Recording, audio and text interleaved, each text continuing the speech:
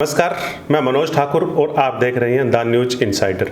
The news insider में आज हम बात करेंगे क्यों पंजाब कांग्रेस में उथल पुथल मची हुई है, क्यों कांग्रेसी विधायक अपने सीएम के खिलाफ एकजुट हो रहे हैं। हम बातचीत करेंगे व्हाट्सएप पर वायरल हो रहे कोरोना के मैसेज में, जिसमें एक नोबेल पुरस्कार विजेता के हवाले से बताया गया कि वैक्सीन लेने वाले भी 2 साल में मर जाएंगे।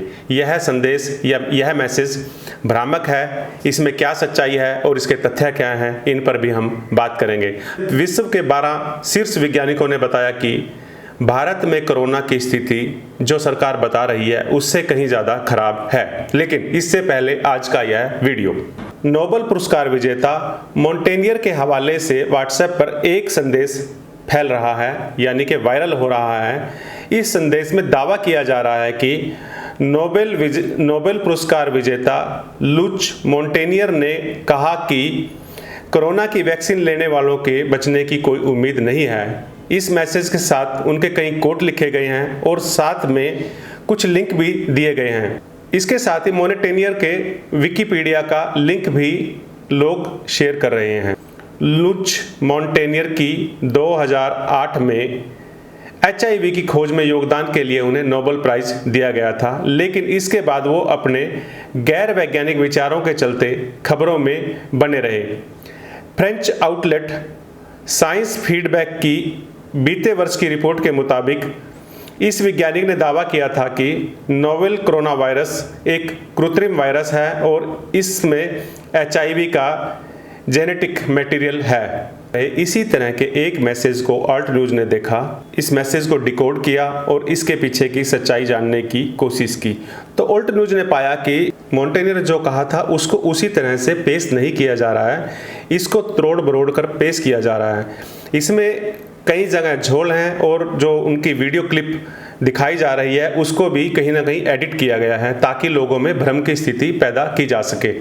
ऑल्ट न्यूज ने इस संबंध में कई सारी लिंक डाले हैं और बताया है कि इन वैज्ञानिक का जो वीडियो को कोट किया जा रहा है वो दरअसल वीडियो 11 मिनट का था, लेकिन उसके 2 मिनट ही कोट किए जा रहे हैं। इन 2 मिनट में इन वैज्ञानिक से यह पूछा गया था कि टीकाकरण को आप किस तरह से देखते हैं, तो उसमें उन्होंने कहा कि यह एक बड़ी गलती है। लेकिन ऑल्ट न्यूज के मुताबिक यह वैज्ञानिक हमेशा टीका विरोधी अभियान के विरोधी रहे हैं और इसीलिए ये इस तरह की बयानबाजी जारी। ऑल्ट न्यूज साइंस की founding editor doctor Sumaiya Shaikh ने अपनी राय दी, टीका ही बड़ी जनसंख्या में वायरस की नकल बनाना रोक सकते हैं और इस तरह नए वेरिएंट बनने से रोके जा सकते हैं। लुच मोंटेनियर ने यह भी कहा कि जिन्हें टीका लग चुका है उनके बचने की कोई उम्मीद नहीं है और उनके इलाज की संभावनाएं भी लगभग खत्म हो गई हैं। लेकिन ऑल्ट न्यूज ने बताया कि इस बात में भी सच्चाई नहीं है। ऑल्ट न्यूज ने यह भी बताया कि मोंटेनियर अपनी इसी छवि की वजह से काफ़ी कंट्रोवर्सी में रहते हैं। इसलिए ऑल्ट न्यूज का दावा है कि अब व्हाट्सएप पर जो मैसेज प्रसारित किया जा रहा है इस मैसेज में कुछ भी सच्चाई नहीं है, बल्कि ऑल्ट न्यूज के मुताबिक इन नोबेल पुरस्कार विजेता वैज्ञानिक की अपनी ही छवि अच्छी नहीं है, वह भ्रामक जानकारी देने के लिए जाने जाते हैं और इस तरह की कंट्रोवर्सी क्रिएट करते रहते हैं।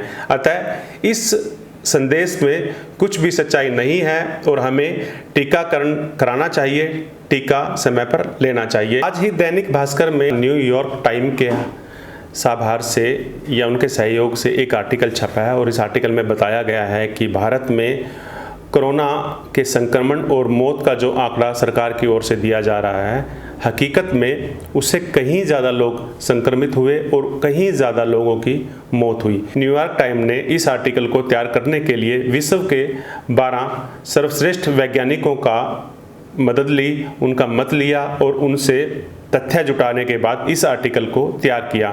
इस आर्टिकल के मुताबिक देश में कम से कम 40 करोड़ लोग संक्रमित हुए हैं और 6 लाख लोगों ने जान गंवाई है।